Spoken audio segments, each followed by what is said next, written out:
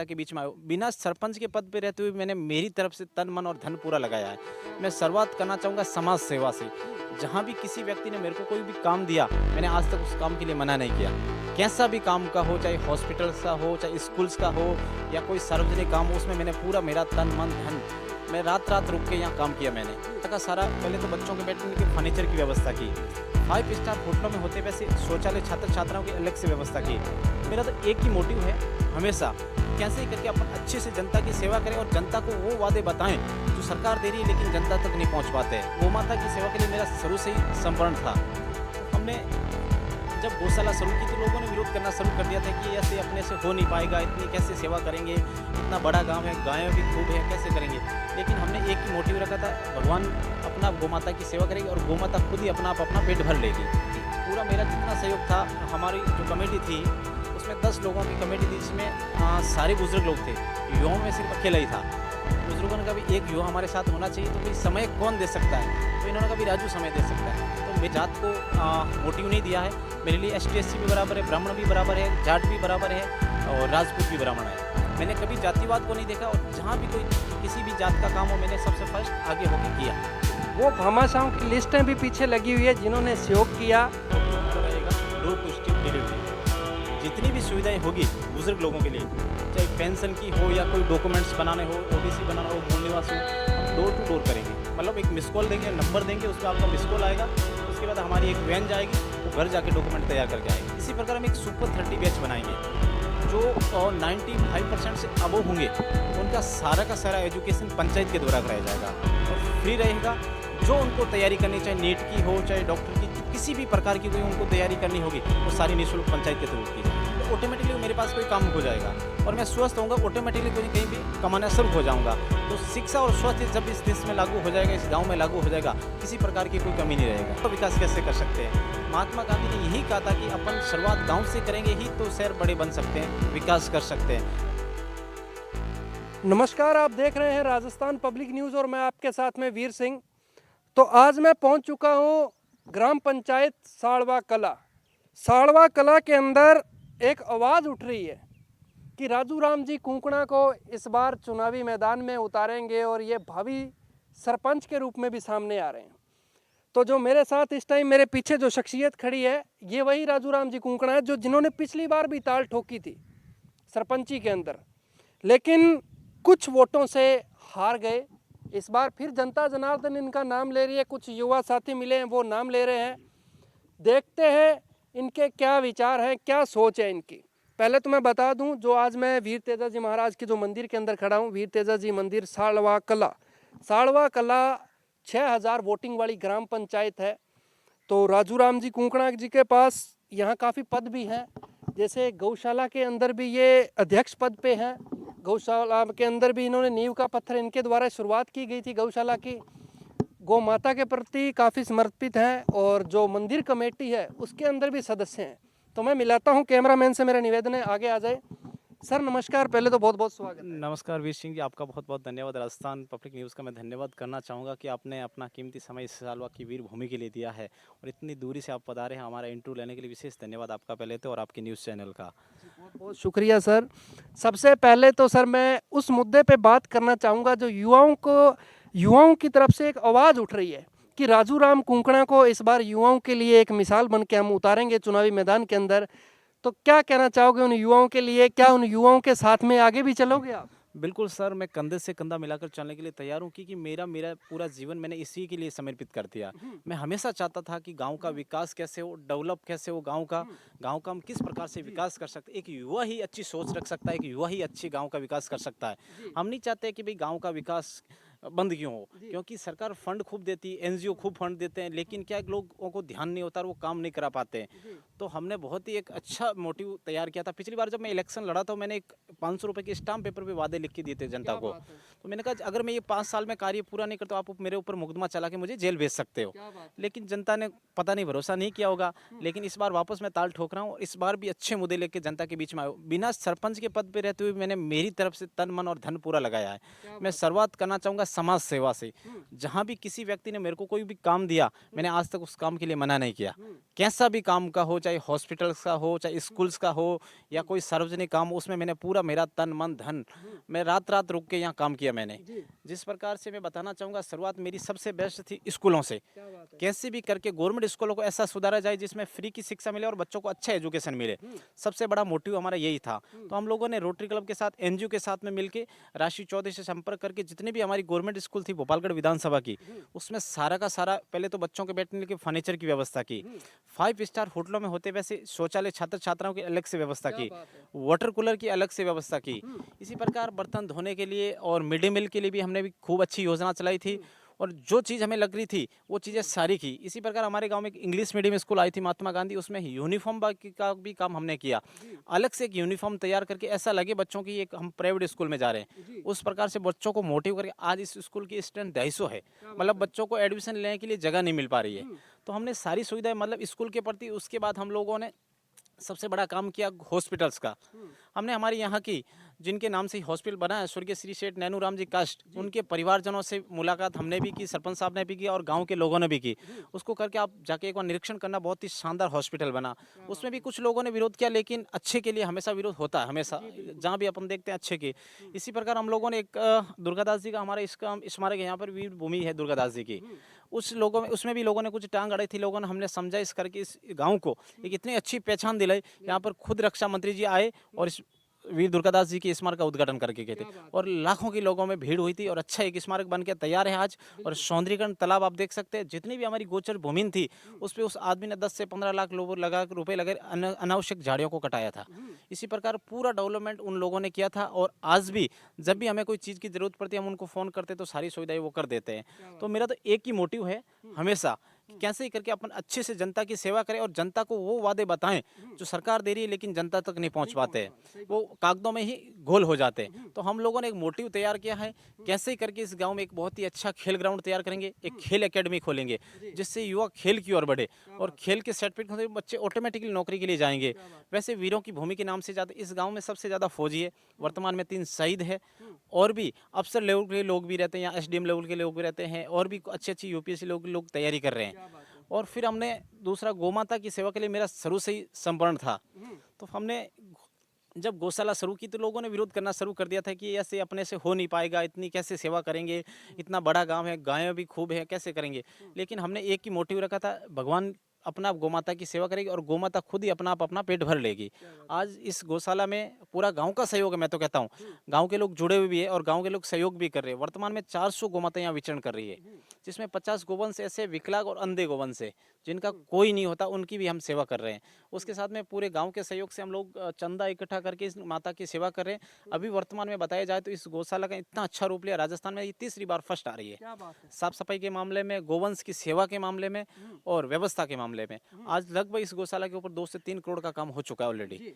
इसी प्रकार हम लोगों ने मंदिर में भी पूरा मेरा जितना सहयोग था, हमारी जो कमेटी थी उसमें 10 लोगों की कमेटी थी जिसमें सारे बुजुर्ग लोग थे, युवाओं में सिर्फ अकेला ही था। बुजुर्गों ने कहा भी एक युवा हमारे साथ होना चाहिए, तो भाई समय कौन दे सकता है, तो इन्होंने कहा भी राजू समय दे सकता है। तो मेरा पूरा मोटिव था, जितने भी जहाँ भी हम पूरे गाँव में घूमे, जहाँ भी हमने सहयोग राशि इकट्ठी की, मैं हर घर जाता था इनके साथ में, कंधे से कंधा मिला के इनके साथ में चलता था और हमेशा रहा मेरा कि अच्छा एक मंदिर बने, एक मंदिर भी हमने किया। इसी प्रकार में कभी आज तक मैंने जात पात को नहीं माना है, मेरे लिए 36 कौम बराबर है। कभी तक मैंने जात को मोटिव नहीं दिया है। मेरे लिए ST SC भी बराबर है, ब्राह्मण भी बराबर है, जाट भी बराबर है और राजपूत भी बराबर है। मैंने कभी जातिवाद को नहीं देखा और जहाँ भी कोई किसी भी जात का काम हो मैंने सबसे फर्स्ट आगे होके किया। तो मैं मंदिर भी दिखाना चाहूँगा, कैमरामैन से मेरा निवेदन है कि थोड़ा मंदिर की तरफ भी आ जाए और अपने सरपंच साहब से बात करते हुए चलेंगे। तो जैसे कि मैं बता दूं, जो यहाँ के युवा हैं, सरपंच प्रत्याशी हैं, वो मेरे साथ जुड़े हुए थे। तो सर मैं आपसे बात करना चाहूँगा, इस मंदिर की जब नींव रखी गई तो वो किस टाइम रखी गई थी? ये मंदिर लगभग 2011 में शुरुआत हुई थी, लेकिन कुछ कारणवश मंदिर को बीच में रोक दिया गया था क्योंकि कुछ कमियां होती या कुछ अड़चनें आती हैं। उसके बाद धीरे धीरे ये 5 से 7 साल मंदिर का कार्य रुका हुआ था। उसके बाद गांव के लोगों की वापस मीटिंग हुई, जाजम पर बैठे और सबों ने निर्णय लिया कि भी अब एक अच्छा सा मंदिर वापस भव्य रूप देते हैं। तो सब लोग इकट्ठे हुए, फिर उसमें गांव के लोगों ने निर्णय लिया भी कि एक कमेटी बनाई जाए और वो कमेटी ही इस मंदिर के कार्य को पूरा करेगी। तो फिर कमेटी हर गोत्र से एक एक जाट समाज की जितने भी गोत्र है उनसे एक एक आदमी को लिया गया और उनको जिम्मेदारी दी गई भी आपको चंदा इकट्ठा करना है, जो भी करना है आप मंदिर को भव्य रूप कैसे दे सकते हैं। क्या बात है। तो सभी लोगों ने मिलके इस मंदिर के ऊपर लगभग 2 करोड़ रुपए खर्च करके इस मंदिर का निर्माण रखी है। क्या बात है। वो भामाशाहों की लिस्टें भी पीछे लगी हुई है जिन्होंने सहयोग किया। तो मैं जैसे कि बात कर रहा हूँ और अब मेरी बात रहेगी उन बुजुर्ग माताएं बहनों के लिए जिनको लाभ नहीं मिल पाता पेंशन का, उनके लिए इनके क्या प्रयास रहेंगे उस पर बात करना चाहूँगा। सर, ग्राम पंचायत की माताओं बहनों पे बात करना चाहूँगा, क्या उनके लिए बहुत सी ऐसी योजनाएं आती हैं जो धरातल पे लागू नहीं होती? बिल्कुल सर, बताना चाहूँगा आजकल कुछ लोगों को नॉलेज भी नहीं होता है और या किसी के थंब फिंगर अपडेट भी नहीं होता है, क्योंकि आधार कार्ड सेंटर नहीं होने की वजह से महिलाओं को दूर जाना पड़ता है। तो सबसे पहला मोटिव हमारा रहेगा डोर टू स्टेप डिलीवरी। जितनी भी सुविधाएं होगी बुजुर्ग लोगों के लिए, चाहे पेंशन की हो या कोई डॉक्यूमेंट्स बनाने हो, ओबीसी बनाना हो, मूल निवास हो, हम डोर टू डोर करेंगे। मतलब एक मिस कॉल देंगे, नंबर देंगे, उस पर आपका मिस कॉल आएगा, उसके बाद हमारी एक वैन जाएगी, वो घर जाके डॉक्यूमेंट तैयार करके आएगी।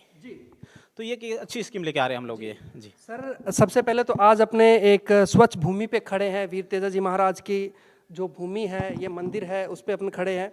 सबसे पहले तो मैं उन गरीब बच्चों के लिए आपसे बात करना चाहूँगा जो आज हमारी वीडियो भी देख रहे हैं, आपके ग्राम पंचायत के बच्चे हैं जो पढ़ने में सक्षम हैं लेकिन पढ़ाई के अंदर आगे हैं, लेकिन आर्थिक स्थिति कमज़ोर होने की वजह से वो आगे नहीं बढ़ पाते, गांव तक सीमित रह जाते।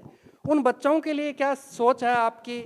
अगर मैं बात करना चाहूँ, अगर आप प्रत्याशी के रूप में भी सामने आ रहे हैं, उन बच्चों के लिए क्या सोचते हैं आप? वैसे मेरा शिक्षा के प्रति हमेशा मोटिव रहा है। कोई भी स्कूल में जाके आप पूछ सकते हैं, मेरा हर रोज 1 घंटा शिक्षा के प्रति रहता है। मैं हर स्कूल का निरीक्षण करता हूँ, क्या बच्चों को पढ़ाई हो रही कि नहीं है, बच्चों की क्या चीज़ की कोई कमी है तो उसको हम सब पूरा कर सके।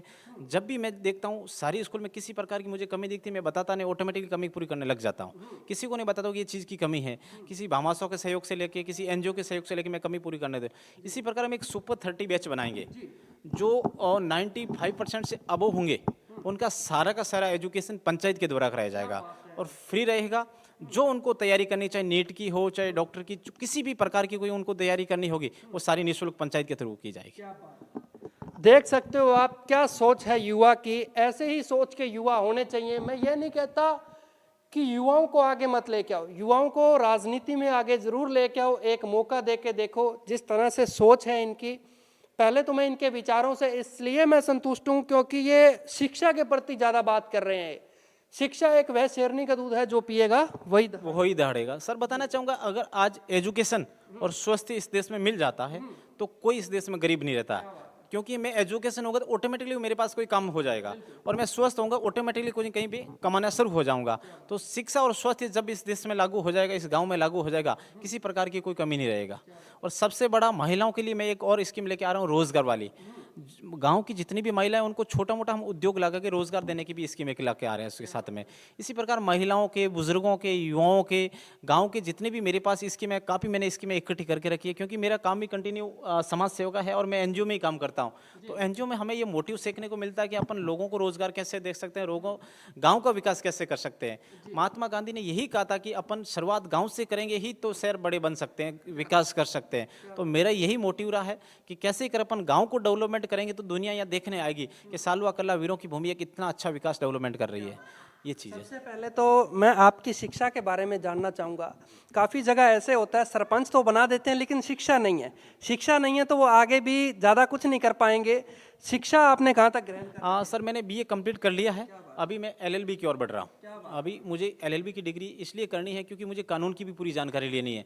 कानून के तहत ही हम सरकार से कुछ सहयोग लेके काम करा सकते हैं। आज की ज़माने में सरपंच हो, चाहे कोई जिला परिषद हो, पंचायत समिति, उसको एलएलबी इसलिए ज़रूरी होती है क्योंकि धाराओं की सारी जानकारी होनी चाहिए और जितने भी अपन बिजनेस या कोई भी गाँव के लोगों को रोजगार देते हैं, अपन किस तहत दे सकते हैं, उसके लिए अपने को एलएलबी की डिग्री बहुत ज़रूरी होती है। कानून की डिग्री पढ़ाई बहुत ज़रूरी होती है अपने को। बड़ी अच्छी बात है। साथ साथ में मैं आपको गांव का भी व्यू दिखाता रहूँगा। सर, आप मेरे थोड़ा साथ चलिए क्योंकि मैं और भी आपसे बातें करूँगा। तो अगर अपन बात करें यहाँ, तो यहाँ जो अपन देख रहे हैं इस गौशाला के अंदर और इस मंदिर के अंदर जिस तरह का सहयोग है, और वो जो यहाँ के भामाशाह हैं वो भामाशाह भी यहाँ जुड़े हुए हैं। तो ऊपर जाने के लिए भी काफ़ी शानदार व्यवस्था बनाई गई है और बिल्कुल अपने हाइट पे भी जाएंगे और दिखाएंगे गांव का भी व्यू।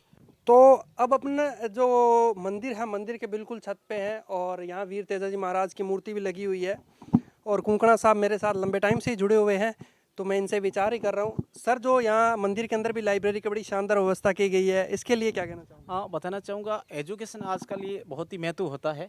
तो एजुकेशन के ऊपर हर समाज फोकस करता है। इसी प्रकार जाट समाज के लोगों ने भी फोकस किया भाई कैसे करके अपन इस मंदिर के साथ में युवाओं को कैसे जोड़ सकते हैं। तो एक ही जरिया था, अपन लाइब्रेरी बनाएंगे, उससे युवा आएंगे, भगवान के साथ में वो एजुकेशन भी लेंगे और अच्छे संस्कार वो सीखेंगे यहाँ से, क्योंकि जब मंदिर के अंदर लाइब्रेरी तो अच्छे संस्कार सीखे जाते हैं। इसी प्रकार यहाँ के लगभग 120 सीटिंग होगी और बहुत ही बड़ी लाइब्रेरी यहाँ बनने जा रही है, जिसमें फीस नाम मात्र की रहेगी केवल 100 या 200 रुपये। और जितना भी अब फर्नीचर लग रहा है उसमें सारा का सारा फर्नीचर जो रोटरी क्लब है हमारी जोधपुर की, वो सारी फर्नीचर की व्यवस्था निःशुल्क कर रही है। क्या बात है। जिस तरह से आप देख सकते हो जो इनके विचार हैं, ये आज आपके साथ साझा कर रहे हैं हमारी टीम के माध्यम से, और मेरे साथ कुछ ग्रामीण भी यहाँ से जुड़े हुए हैं। अपने इनका भी परिचय जानना चाहेंगे। सर, यहाँ आ जाइए, आपसे भी जानना चाहूँगा आपका शुभ नाम। मेरा नाम सर गोपाराम शाग है। मैं पेशे से LIC एजेंट हूँ। क्या बात है। LIC में काम करता हूँ 21-22 साल से। बहुत अच्छी बात है। आपने जीवन को सिक्योर करने के लिए बड़ी अच्छी अच्छी टिप्स भी दी है और आप इस लाइन के अंदर काफ़ी अच्छे सराहनीय कार्य भी कर रहे हैं। आशा करते हैं कि आप आगे भी करेंगे। सबसे पहले तो जो बच्चों का भविष्य है, जो दिन प्रतिदिन नशे की प्रति जा रहा है, उनके लिए एक अच्छी सोच बन के राजू राम जी कुंकणा अगर चुनावी मैदान के अंदर आते हैं और यहाँ की जनता इनको विजय बनाती है, तो क्या उस जनता के लिए ये खरा उतर पाएंगे? बिल्कुल ही राजूराम जी कुगुणा बच्चों के लिए और गांव के लिए और हर परिस्थिति में किसी टाइम ये तैयार रहते हैं और हर एक जगह सहयोग करते हैं। आधी रात को भी कोई काम पड़ गया तो राजूराम जी कुगुणा वहाँ हाजिर मिलते हैं। राजूराम जी कुगुणा का स्कूल फर्नीचर के मामले में तो ये तेजाजी मंदिर ग्राउंड में अभी थोड़े दिन पहले ये प्रोग्राम था और प्रोग्राम में ये मंदिर की पूरी 4 दीवारी में फर्नीचर थे। बहुत ही दृश्य मतलब बहुत अलग था। 12,000 फर्नीचर एक साथ किया था। अभी थोड़े दिन पहले इंग्लिश मीडियम स्कूल में यहाँ गर्मी थी ज़्यादा, पर बच्चों के लिए हवा के लिए कोई साधन नहीं था, तो इन्होंने तुरंत कार्रवाई से हाथों हाथ ये अपने कूलर लाए थे, बड़े कूलर ला के लगाए थे।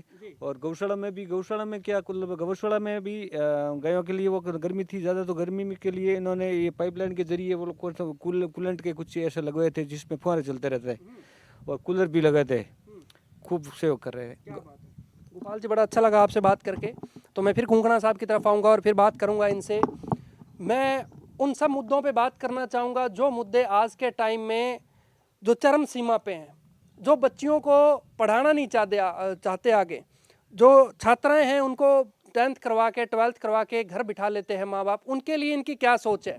सर, सबसे पहले तो मैं बालिका शिक्षा पे बात करना चाहूँगा। बालिका शिक्षा पे क्या कहना चाहूँगा? वैसे ये गांव एजुकेशन में बहुत आगे बढ़ चुका है और हर पेरेंट्स चाहता है कि मेरी बच्ची या मेरा बच्चा पढ़ सके, लेकिन 12th तक स्कूल होने के बाद आगे कॉलेज नहीं मिल पाती है।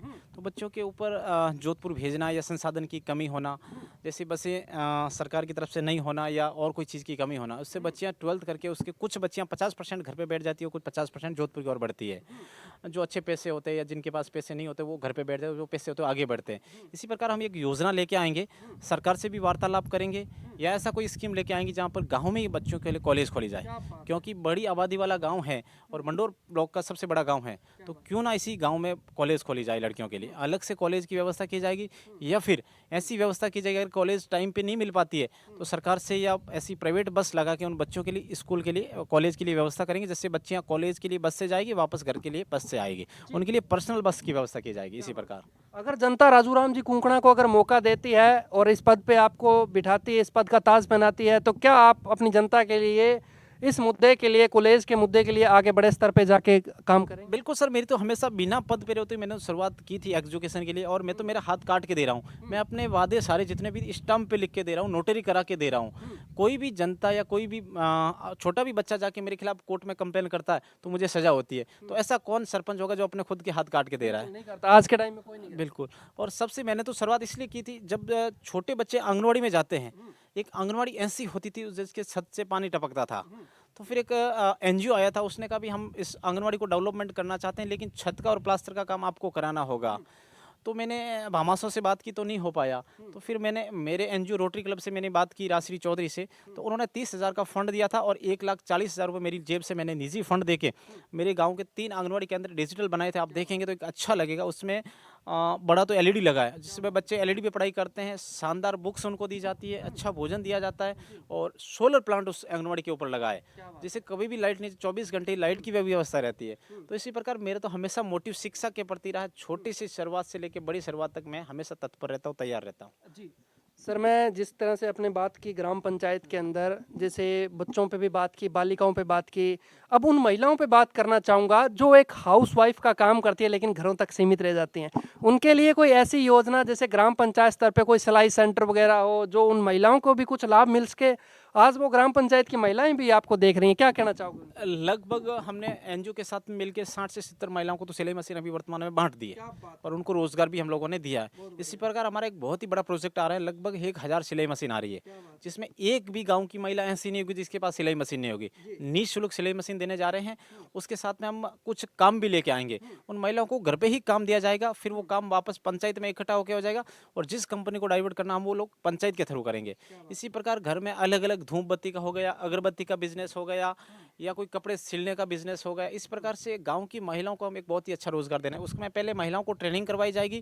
अभी मैं खुद वो ट्रेनिंग जाके लेके आया था अहमदाबाद से, जिसमें वो सारी ट्रेनिंग मैं पहले ले चुका हूँ। सरपंच बनने के लिए मुझे क्योंकि वादे करने होते ना, तो मुझे पहले एक जानकारी खुद लेनी होती। मैंने पूरी जानकारी इकट्ठी की, अपन महिलाओं को रोजगार कैसे देंगे, युवाओं के लिए क्या करेंगे, एजुकेशन के लिए क्या करेंगे, बिजली पानी के लिए क्या करेंगे, सारी सुविधाएं पहले मैं खुद ट्रेनिंग ले रहा हूँ। अभी मेरे 10 दिन पहले मेरी ट्रेनिंग हुई थी, उसमें मैंने पूरा सीख के आया महिलाओं को रोजगार कैसे दे सकते हैं, जिसमें मैं खुद सीख के आया था अगरबत्ती बनाना, साबुन बनाना, सरफ बनाना, धूपबत्ती बनाना।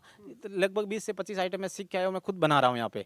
और वो सारी चीज़ें महिलाओं को सिखाएंगे तो ये महिलाएं घर घर जाके अपना प्रोडक्ट सेल कर सकती है, अपने खुद का नाम उसके ऊपर लिखा जाएगा, मेड इन सालवा कल्ला। उसके नाम से एक बहुत ही अच्छा प्रचलन हम लोग तैयार करने जा रहे हैं। जी, विचार आप देख सकते हो, जिस तरह से इनके विचार हैं, महिलाओं के लिए वो काम करने के लिए जा रहे हैं जो इन्होंने खुद ट्रेनिंग लेके हैं, धरातल पे देख के आए हैं और मेड इन सालवा लिखा जाएगा।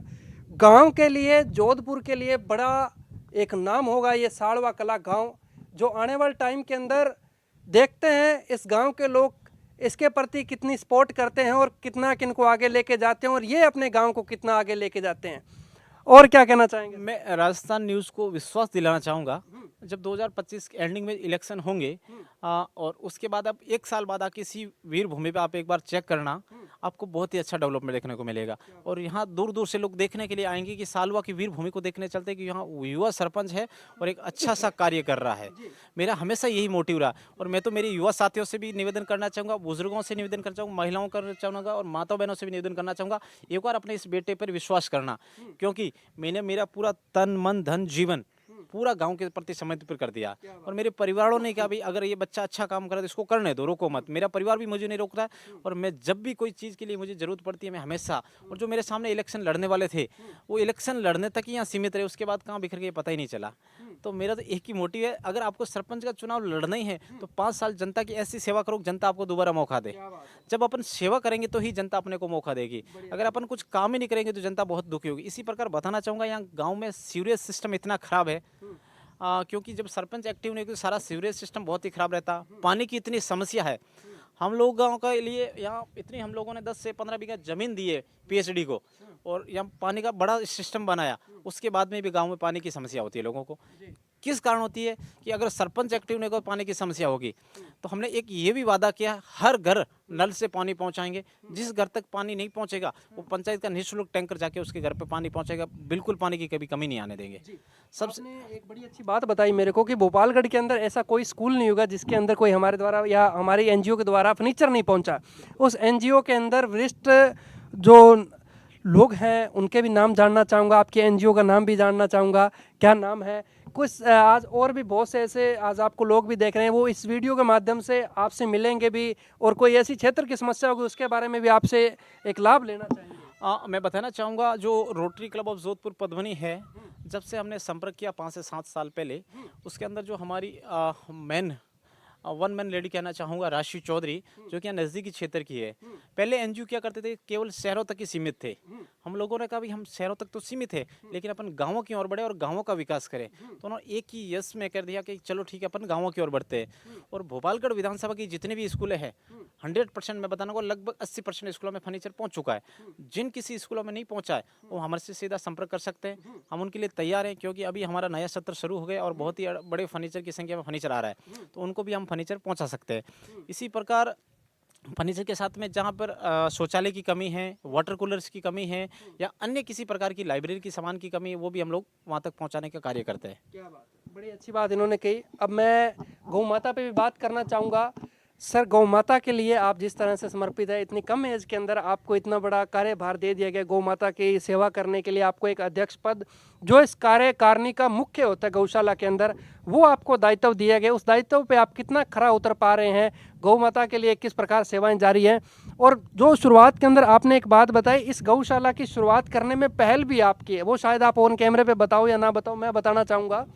जो ये साड़वा कला की गौशाला है, उसके अंदर इस गांव के और इस गौशाला का नींव का जो इन्होंने पत्थर रखा है गौशाला का, वो इन्हीं की मार्फत रखा गया है। शुरुआत इनसे हुई है। वो कहते हैं कि एक चिंगारी उठती है तो वो पूरे गांव के भमासाओं को इकट्ठा कर लेती है, वो इकट्ठा करने का काम किया, और आज ये गौशाला और आज ये मंदिर आज आपके सामने है।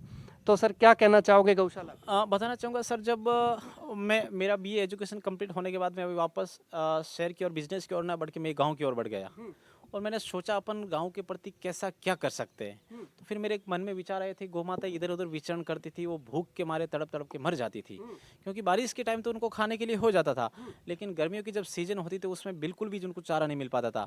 तो मेरे मन में दया आई कि अपन कुछ मिल के एक अच्छा करते हैं। तो फिर जब सरपंच चुने गए थे, सुरताराम जी की माता जी गजी देवी जी निर्दोष सरपंच चुना था, तो उन्होंने 5 लाख रुपए जो फंड मिला था, उस फंड से उन्होंने एक 4 दीवारी का निर्माण किया था। उसके बाद गांव के बुजुर्गों ने पूरे गांव से जितनी इच्छा से सहयोग राशि इकट्ठी की, उन्होंने कुछ और 4 दीवारी को बड़ा किया और उसको बना के छोड़ दिया। फिर उसमें जब भी बात हुई थी गौशाला की, तो मैंने एक बुजुर्गों की मीटिंग बुलाई कि हम लोग एक युवा मिल के एक गौशाला का निर्माण करना चाहते हैं। तो उन लोगों ने थोड़ा सा अटपटा लगा, उन्होंने कहा भाई अपन इतनी सेवा नहीं कर पाएंगे, अपने से इतना संचालन नहीं हो पाएगा, ऐसी व्यवस्था अपन नहीं कर पाएंगे। तो मैंने उन लोगों को मैंने कहा, आप तो केवल हमारा सहयोग करो, साथ दो, फंड कहाँ से लाना, फंड कहाँ से अरेंज करना, चाहे सरकार से लाओ चाहे प्राइवेट भामाशों से लाओ, हम जितना हो सकेंगे हम प्राइवेट फंड इकट्ठा करके इस गौशाला को संचालित कर सकते हैं। तो फिर मेरा मोटिव ये था, गौशाला का मोटिव गौ माता की सेवा के साथ साथ इस गांव में दूध की नदियाँ कैसे बहाई जाए, क्योंकि दूध की नदी जब भी बहेगी जब अपने पास नस्ल का अच्छा बुल होगा और नस्ल की गौमाता होगी। क्योंकि अपने पास जब नस्ल का सांड होगा या बुल होगा, एक अच्छी बछड़ियाँ पैदा होगी, हर घर में बछड़ी वो रखना चाहेगा। अगर गौमाता की दूध ही नहीं होगा तो घर में कौन रखेगा, उसको बाहर ही निकालेगा। तो हम लोगों ने एक अच्छा सा गुजरात जाके एक गुजरात का बैल लेके आए, बुल लेके आए, उससे अच्छा नस्ल सुधार का कार्य, जिसमें अभी बताऊंगा गौशाला में हमारे पास बहुत ही अच्छी क्वालिटी की बछड़ियाँ हैं। उसकी 21 साल की कीमत 1-1 लाख रुपए है।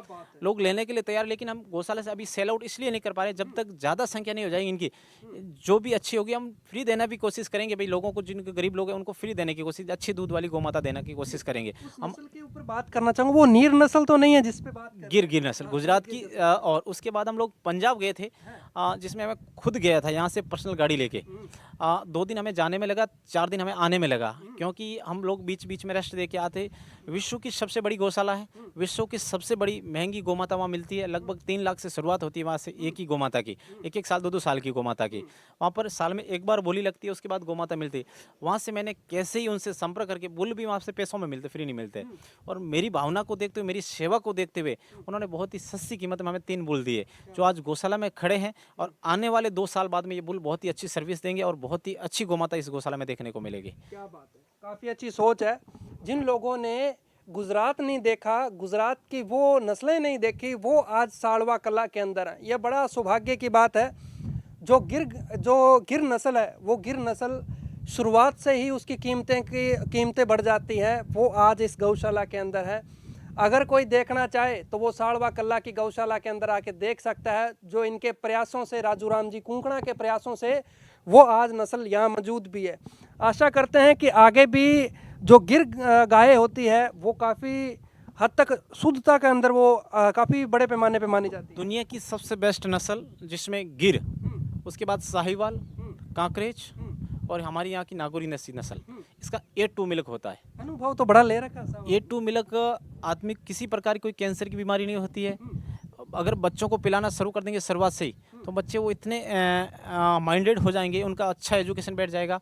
क्योंकि जब अपन भैंस का और HF का दूध पिलाते हैं, एक तरह से वो बीमारी की तरह बढ़ता है, बच्चों को धीरे धीरे डैमेज कर देता है, कमज़ोर कर देता है, उनका दिमाग भैंस की तरह कर देता है। जब गाय जन्म लेती है बच्चा, तो उसका बच्चा अपन देखते 1 से 2 सेकंड में खड़ा होकर कूदना शुरू हो जाता है, और भैंस का जो बछड़ा होता है वो 3 से 2 दिन में धीरे धीरे डेवलपमेंट हो पाता है। तो उसी प्रकार अगर अपन देसी गौमाता का अच्छा दूध पिएंगे तो एक अच्छा दिमाग डेवलपमेंट होगा। तो इसी शुरुआत हमने देसी गोवंश से शुरुआत की थी। इसी के साथ मैं आपको बताना चाहूँगा, जिस तरह से गौ माता की परिभाषा दी गई है, वो इसलिए दी गई है कि अगर छोटे बच्चे को भी आप गौ माता का दूध पिलाते हैं तो वो भी डाइजेस्ट हो सकता है, और भैंस का दूध है जो डाइजेस्ट नहीं होता। बड़ी अच्छी बात आपने कही। आशा करते हैं कि आगे भी आप जनता की उम्मीदों पर खरा उतर पाएंगे और कुछ बातें अपने गौशाला पे भी जाके करेंगे। बिल्कुल सर, वैसे हम तो खरे उतर ही रहे हैं। जो भी जनता हमें काम देती है हम पूरा करने की कोशिश करते हैं। इस प्रकार आप पीछे देख सकते हैं, ये वीर दुर्गादास राठौर जी का जो स्मारक बना हुआ है, अष्ट धातु की मूर्ति लगी हुई है। और ये जो तालाब है, सरपंच साहब ने एक बहुत ही अच्छा कार्य किया। इसमें जो भी हमारा वेस्ट पानी था वो इस तालाब के अंदर जुड़वा दिया, क्योंकि PhD हॉल से जो ओवरफ्लो हो पानी होता है इसके अंदर डाल दिया, तो 24 घंटे यहाँ पानी भरा रहता है। और डॉक्टर साहब की मेहनत थी। तो अब मैं गौशाला के अंदर भी खड़ा हूँ। आप पीछे देख सकते हो जो टीन शेड का निर्माण किया गया है, ये हर भामाशाह ने किया है। और अपन जानेंगे सर, जब गौशाला का आपको दायित्व दिया गया तो आप इस पे किस तरह से गौ माता की सेवाएं होती हैं, या किस तरह से फंड आता है, गवर्नमेंट का कितना अनुदान मिलता है? जैसे अभी आप वर्तमान में देख रहे हैं, पहले तो मैं बताना चाहूँगा, सीधा अपन चलेंगे स्वास्थ्य पे गौ माता के। अब साफ़ सफाई का नज़रिया देख सकते हैं, इस पर बिल्कुल हाथ से साफ सफाई की जाती है। कुछ गौशालों में क्या होता है, 1-1 महीना 2-2 महीने तक सफाई नहीं की जाती है, और ट्रैक्टर से उसका खिंचाव करते हैं खाद का। इससे अच्छा हम लोग सुबह शाम पर डे दोनों टाइम हमारी गौशाला में सफाई होती है। उसके बाद आप टीन शेड देख रहे हैं चारों तरफ, कोई किसी की पुण्यतिथि पे बना रहा है, कोई किसी की याद में बना रहा है, कोई ऐसे ही भामाशाह ऑटोमेटिकली सहयोग करके अपने तरफ अपने नाम से निर्माण कार्य करवा रहे हैं। तो गांव के साथ साथ में बाहर की भामाशाह भी अच्छा सहयोग कर रहे हैं। 3 भामाशाह तो हमारे ऐसे हैं, नाम बताना चाहूँगा, जो हमारे कोकणा परिवार से हैं, आंगनवा से बिलोंग करते हैं। उनके परिवार के द्वारा हर साल 2 लाख रुपए का सहयोग इस गौशाला में किया जाता है, स्वर्गीय श्री नारायण राम जी कोकणा की याद में, उनके पुत्र बुद्धाराम जी कोकणा के द्वारा। सेकंड हमारे भामाशाह हैं सबसे बड़े यहाँ के, आशापुर से है, रुगा राम जी कटारिया। हर साल उनका बहुत ही अच्छा सहयोग रहता है, और जब भी कोई बजट की जरूरत पड़ती है वो अपना बजट इस गौशाला में देते हैं। उसी प्रकार हमारे दांतीवाड़ा से रामसा मुंडेल है, उनकी बहन की याद में हर साल 1.5 लाख रुपए इस गौशाला में दिए जाते हैं, जिसमें बिल्डिंग भी बताऊंगा आपको, उनके नाम से बिल्डिंग भी बनी। इस बार उन्होंने बहुत ही अच्छी घोषणा की, एक ट्रैक्टर देने जा रहे हैं इस गौशाला को निःशुल्क। तो इसी प्रकार भामाशाह जो 3 है हमारे, वो परमानेंटली चलते हैं। अभी हमारे साथ यहाँ के गाँव के ही भामाशाह और बड़े ठेकेदार भी हैं, MCC कॉन्ट्रैक्टर हमारे रूपाराम जी, चंदाराम जी फौजी साहब, उनकी तरफ से इस गौशाला में अच्छा सहयोग किया जाता है। और सरपंच का साहब का भी बहुत ही अच्छा मैनेज इस गौशाला के प्रति रहता है। हमने सरपंच साहब की याद में एक वृक्ष लगाया था, उन्होंने अपने हाथ से लगाया था। आज आप देख सकते हैं बहुत ही एक बड़ा डेवलपमेंट ये पेड़ कर रहा है। हमारे साथ युवा भी जुड़े हैं, सरकारी कर्मचारी भी हैं, लेकिन मैं कैमरे पे उनका नाम नहीं लेना चाहूँगा क्योंकि वो गवर्नमेंट ड्यूटी पे हैं, तो वो हमेशा पीछे पर्दे के पीछे रह के काम करते हैं। क्या बात है, ऐसे भी होना चाहिए। बिल्कुल। और बुजुर्ग जो होते हैं वो हमेशा अपना सहयोग इसमें करते रहते हैं। किसी के पास, मैं तो कहता हूँ, धन नहीं है, जरूरी नहीं है, आप अपने हाथ से यहाँ के सेवा तन और मन से कर सकते हैं। धन लगाने की जरूरत नहीं, धन ऑटोमेटिकली कहीं से अरेंज हो जाएगा, गौमाता अपने आप अरेंज कर लेगी। तो आप देख सकते हैं ये सारी सुविधा, और भी आपको मैं बताऊंगा नस्ल सुधार के जो हमारे पास बुल है। तो जिन गिर नस्लों की अपन बात कर रहे थे, जिस प्रकार कुंकणा साहब ने हमें बताया, तो वो ये गिर नस्लें हैं। आप देख सकते हो ये गिर नस्लें हैं। जो यहाँ का जो बेल है ये बुल है, और ये गुजरात से आया है, और गुजरात से लेके आए हैं। सर यही है वो गिर नस्ल? बिल्कुल यही है वो गिर नस्ल। इसका नाम हमने वैसे प्यार से गुजरात से लेकर, तो नाम भी हमारा इसका मोदी है, मोदी के नाम से इनको पहचानते हैं। और आप देख सकते हैं इसकी हाइट, लेंथ, थुम्बी, इसकी आंखें छोटी सी, कान लटके हुए, ये गिर नस्ल की एक पहचान है। इसकी शानदार क्वालिटी की बछड़ियाँ आती है और बहुत ही अच्छी कीमत की। और इसका रिकॉर्ड हमने दूध का देखा, एक टाइम का 8 से 9 लीटर दूध है इस गौमाता का। तो जितनी भी बछड़ियाँ आ रही है वो घरों में भी है लोगों के पास, और हमारे पास भी है। आप देख सकते हैं, मैं बताना चाहूँगा जो बछड़ी खड़ी है गिर नस्ल की, जी राधा राधा राधा, आजा। इनके नाम भी हमारे पास राधा, जैसे राधा नाम से पुकारते हैं तो ये राधा के नाम से आ जाती है। तो ये देख सकते हैं इनकी बछड़ी है, अभी एक साल की ये बछड़ी हुई है। तो इसकी हाइट, लेंथ आप और इसकी बनावट देख सकते हैं कितनी सुंदर है ये। तो अगर ऐसी बछड़ियाँ सुंदर होगी तो अपने घरों से कौन निकालेगा। एक तरह से ये दूध की नदियाँ बहाएगी कंटिन्यू। तो इस प्रकार से हम लोग नस्ल सुधार पे फोकस कर रहे हैं और नस्ल सुधार का कार्य चल रहा है। तो आप जिस टाइम लेके आए थे ये गिर नस्ल की, तो उस टाइम इनके ऊपर मतलब कितना का चार्ज लगा था? अगर कोई और भी इस वीडियो के माध्यम से लेके आना चाहे तो कितना का पैसा लगता है इनके लिए? सर बताना चाहूँगा, वैसे अपने को 6 महीने पहले इनकी बुकिंग करवानी होती है। जी। जहाँ भी अपने को पहले तो इनका रिकॉर्ड देखना होता है, इनकी मदर का क्या रिकॉर्ड, इनके फादर क्या रिकॉर्ड किया है। रिकॉर्ड के आधार पे हम लोग अच्छा अगर बुल लेके आते हैं तभी ही नस्ल सुधार संभव हो पाएगी। ऐसे तो खूब खड़े हैं लेकिन रिकॉर्ड होना बहुत ज़रूरी है। तो हम लोगों ने 6 महीने पहले बुकिंग करवाई थी। बुकिंग के बाद हम लोगों को ये मिला था। उसमें हमारा आने जाने का भाड़ा और कुछ हमें बुल के लिए डोनेशन करना पड़ता है। जैसे बुल की कीमत बता दीजिए 8 लाख भी होती है, 5 लाख भी होती है, 2 लाख भी होती है। लेकिन गौशाला के लिए हम लोग लाते हैं तो थोड़ा हमें सस्ता मिल जाता है, डिस्काउंट भी दे देते हैं। डिस्काउंट मिल जाता है गौशाला के लिए। तो आप देख सकते हो जो साड़वा कला गौशाला है, तो जो साड़वा कला गौशाला है उस गौशाला के अंदर आज आपको गिर नस्ल भी देखने को मिल रही है। और जो पंजाब से थार और साहिवाल जो दो नस्लें बता रहे हैं यहाँ राजू राम जी कुंकणा साहब, तो जो दो नस्लें हैं वो भी आज आपको दिखाते हैं। और आप देख सकते हो जो थार और साहिवाल जो नस्ल है वो आज आपके सामने है। सर ये भी बुल है और ये जो गाय है, ये जो बुल है प्योर थार नस्ल का है, जैसे हमारे राजस्थान में पाई जाती है, जहाँ पर तापमान ज़्यादा होता है, जैसलमेर और बाड़मेर में सबसे ज़्यादा नस्ल ये वहाँ पर पाई जाती है। लेकिन इस नस्ल का पूरे स्टेट ने धीरे धीरे चोरी करके एक अच्छा डेवलपमेंट उसका विकास किया है। तो ये चांदन से ही गई है, थार जैसलमेर से गई है और वहाँ पंजाब में जाकर बहुत ही अच्छी डेवलपमेंट हो गई। उसका ये बुल है, इसकी माँ का रिकॉर्ड 12 लीटर था एक टाइम का, मतलब दोनों टाइम का 24 लीटर। कीमत की बात करें तो कीमत की वैसे तो वहाँ ऑलरेडी बहुत ज़्यादा होती है, लेकिन हमने 14,000 में इसको खरीदा था। जी, और अब हाँ बहुत छोटा था और अभी हम लोग इसको बांध के रखते हैं, छोड़ते नहीं हैं, क्योंकि थोड़ा बड़ा हो जाएगा उसको हम लोग पूरा ध्यान रखते हैं। और इसका रिकॉर्ड का भी हमारे पास पूरा सिस्टम लगा हुआ था, इससे अपन सर्च करके रिकॉर्ड देख सकते हैं। इसका पूरा रिकॉर्ड हमारे पास अवेलेबल है। कोई भी गोमाता के ऊपर हम लोग जब इसको सर्विस के लिए छोड़ते हैं तो गोमाता का भी रिकॉर्ड देखते हैं, इनका भी रिकॉर्ड देखते हैं, कैसी नस्ल ये तैयार कर सकते हैं। इसी प्रकार में एक श्रेणी तैयार कर, इसी प्रकार साहिवाल के बच्चे खड़े हैं जो कि प्योर लाल कलर में आप देख सकते हैं और बहुत ही सैने और अच्छे। इनकी आप देख सकते हैं बनावट, गल कंबल कितने सुंदर और बनावट, और मुंह देख सकते हैं, इसका शरीर देख सकते हैं। बहुत ही ये भी एक अच्छी नस्ल सुधार के लिए प्रयोग में लाए जा रहे हैं। तो इसी प्रकार हम लोग गाँव में नस्ल सुधार का प्रोजेक्ट तैयार कर रहे हैं ताकि लोगों को अच्छी एक दूध वाली नस्ल की गोमाता मिले। आजकल ज़्यादा दूध के लिए लोग गोमाता केवल घर में HF रखना शुरू कर देते हैं, जो कि कैंसर की बीमारी उत्पन्न करती है। भैंस को रखना शुरू कर देते जो कि कैंसर की बीमारी उत्पन्न करते हैं। और इस गोमाता का दूध आप पियोगे तो अच्छा मिठास देगा और बिना किसी बीमारी का दूध होगा इसके अंदर, और बिना शक्कर नहीं कि आप अच्छे से पी सकते हैं। इतना अच्छा और रबड़ी जैसा दूध, बहुत ही क्वालिटी का दूध होता है। HF का क्या पतला दूध होगा और पीने में खराश आएगी और अपने मुंह पे भी लगाएंगे तो एक अच्छा गंदे सुगंध आएगी उसकी। इसका एक कुछ बरोबर नॉर्मल दूध होता है जी। ये हैं गौशाला अध्यक्ष राजू राम जी कुंकणा, जिन्होंने जो यहाँ के लोगों ने वो नस्लें नहीं देखी थी वो आज इन्होंने इस गौशाला के अंदर ला दी और वो नस्लें आज आपके सामने हैं।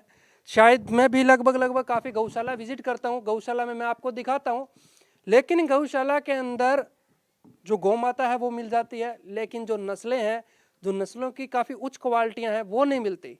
क्यों नहीं मिलती? क्योंकि उनके लिए पैसे लगते हैं, और पैसे कुछ एक अध्यक्ष ऐसे होते हैं जो गौशाला को भी कमाई का जरिया समझते हैं। बिल्कुल सर, समझते हैं। कुछ लोग क्या करते हैं, गौशाला संचालित करना शुरू कर देते हैं और शहर के नज़दीक दो तो भमासा खूब आता है, डोनेशन भी खूब आता है और सरकार का डोनेशन भी हो जाता है। ऐसे करके वो पैसे ब्याज पे देने शुरू हो जाते हैं और नस्ल सुधार पे बिल्कुल ज़ीरो ध्यान देते हैं। केवल एक तरह से बड़ा बना के रखते हैं, गौ माता को बांध के रखते हैं। अपने यहाँ किसी प्रकार की ऐसी सुविधा, सारी सुविधा है अपने पास। यहाँ हरा घास भी उगाया जाता है, गौ माता को बाहर विचरण के लिए भी भेजते हैं हम लोग, गौवाला जो एक्स्ट्रा रखते हैं उस ग्वालों के द्वारा। और जितने भी हम लोग, एक ही फोकस है हमारा, एक ही मोटिव है, नस्ल सुधार करके लोगों को निःशुल्क ऐसी गौ माताएं दी जाए जिसके दूध की नदियाँ बहें। हमारा तो एक ही मोटिव और एक ही नेशन है कि हम कैसे प्रकार के नस्ल सुधार का प्रोजेक्ट, हमारे पास कोई बाड़ा नहीं है, कोई सिस्टम नहीं है, केवल नस्ल सुधार के ऊपर हम प्रोजेक्ट तैयार कर रहे हैं। क्या बात है। ये गौशाला है साड़वा कला। साड़वा कला के अंदर आपको गिर नस्ल के भी जो गौ माता है वो मिल जाएगी, बुल मिल जाएंगे। जो साहिवाल नस्ल और थार नस्ल है वो भी आज आपके सामने है। ये इनके प्रयासों से हुआ है और जो गौ माता के प्रति इतने एक्टिव हैं तो वो अपने गांव के प्रति कितने एक्टिव होंगे।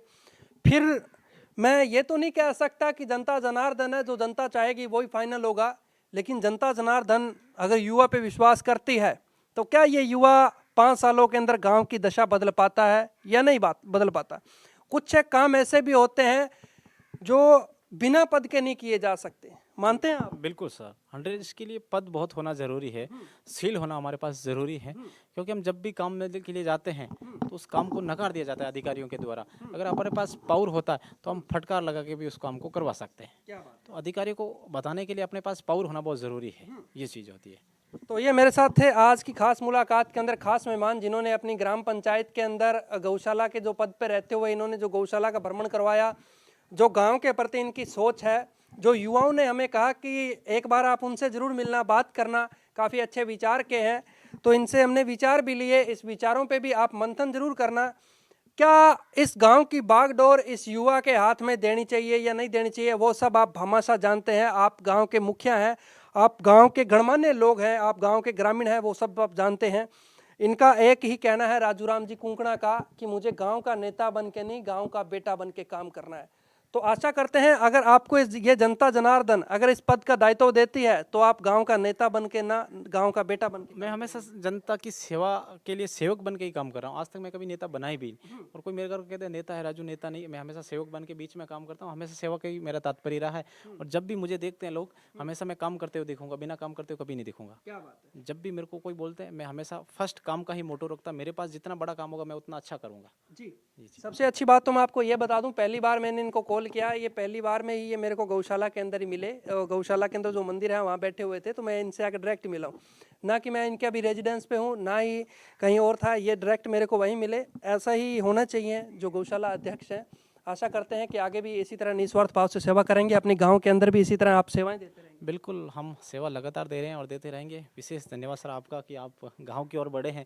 ऐसे चैनल जो होते हैं शहरों के अंदर घूमते हैं, लेकिन राजस्थान पब्लिक न्यूज़ ऐसा है चैनल है जो गांव की ओर बढ़ा। इसके लिए बहुत बहुत धन्यवाद। ऐसे ही आप युवाओं को आगे लाते रहे और युवाओं के विचार आप इकट्ठा करके जनता के बीच में शेयर करोगे तो युवा अच्छा मैसेज दे पाएंगे आप लोगों को। एक इन्होंने और बात बताई जो राजूराम जी कुंकणा है, उस पर भी मैं आपसे बात ज़रूर करना चाहूँगा कि जो लोग, कुछ ऐसे लोग भी होते हैं जो बुजुर्ग अवस्था के माँ बाप को घर से बेघर कर देते हैं, तो उनके ऊपर इनका विचार है कि उनके लिए भी मेरी कोशिश रहेगी, तो वो मैं इनकी जुबानी आपके सामने रखना चाहूँगा। सर, जो आपने अनाथ आश्रम की बात की, अभी अपने चलते हुए बात आपने की, तो वो मैं ऑन कैमरे पे बताना चाहूँगा मैं, क्या वो मामला है पूरा? वैसे बताना चाहेंगे, अपन जब जोधपुर सिटी की ओर बढ़ते हैं या कहीं गाँव में भी आपको देखने को मिलेगा, ऐसे लोग हैं जिनका कोई नहीं है। वो हमेशा सड़कों पे पड़े रहते हैं। उनको भोजन मिलता है कि नहीं मिलता, उनके चोट लगी, उनके चोट में कीड़े पड़ जाते हैं या शरीर में कहीं कीड़े पड़ जाते हैं। तो हमने एक ऐसा मोटिव तैयार किया कि क्यों ना अपन एनजीओ के साथ में मिलके इन लोगों के इनका आश्रम बनाया जाए और आश्रम बना के इनको एक जगह पे रखा जाए। उनका पूरा सिस्टम मेडिसिन दे के उसको तैयार करके उसको वापस अपन घर की ओर भेज सकते हैं या उनका ट्रीटमेंट कर सकते हैं या अपने पास में रख सकते हैं उनको। ऐसे प्रकार रखेंगे तो उनको एक अच्छा रिलीफ मिलेगा। जो अपनी बिना मौत कुछ मर जाते हैं उनको भी अपन एक नया जीवन दे सकते हैं। क्या बात है। तो ये चीज़ आने वाले टाइम में देखने को मिल सकती है साड़वा कला? बिल्कुल, बहुत जल्द मिलेगी। ये मैं जल्दी करने जा रहा हूँ और मेरी बात चल रही है सरकार के साथ में, क्योंकि ये एनजीओ के थ्रू होगा तो सरकार के साथ में डॉक्यूमेंट्स तैयार करने बहुत ज़रूरी होते हैं, उनसे परमिशन लेनी बहुत ज़रूरी होती है। ये परमिशन के लिए मैंने अप्लाई कर दिया है। जब भी परमिशन मिल जाएगी हमने धीरे धीरे ये सारा सिस्टम काम शुरू कर देंगे हम लोग। काफ़ी अच्छे विचार हैं, काफ़ी मानवों के प्रति इनकी सोच है, आम जनता के प्रति इनकी सोच है। आशा करते हैं कि ये अपनी सोच पे खरा उतरेंगे। जय हिंद, जय भारत।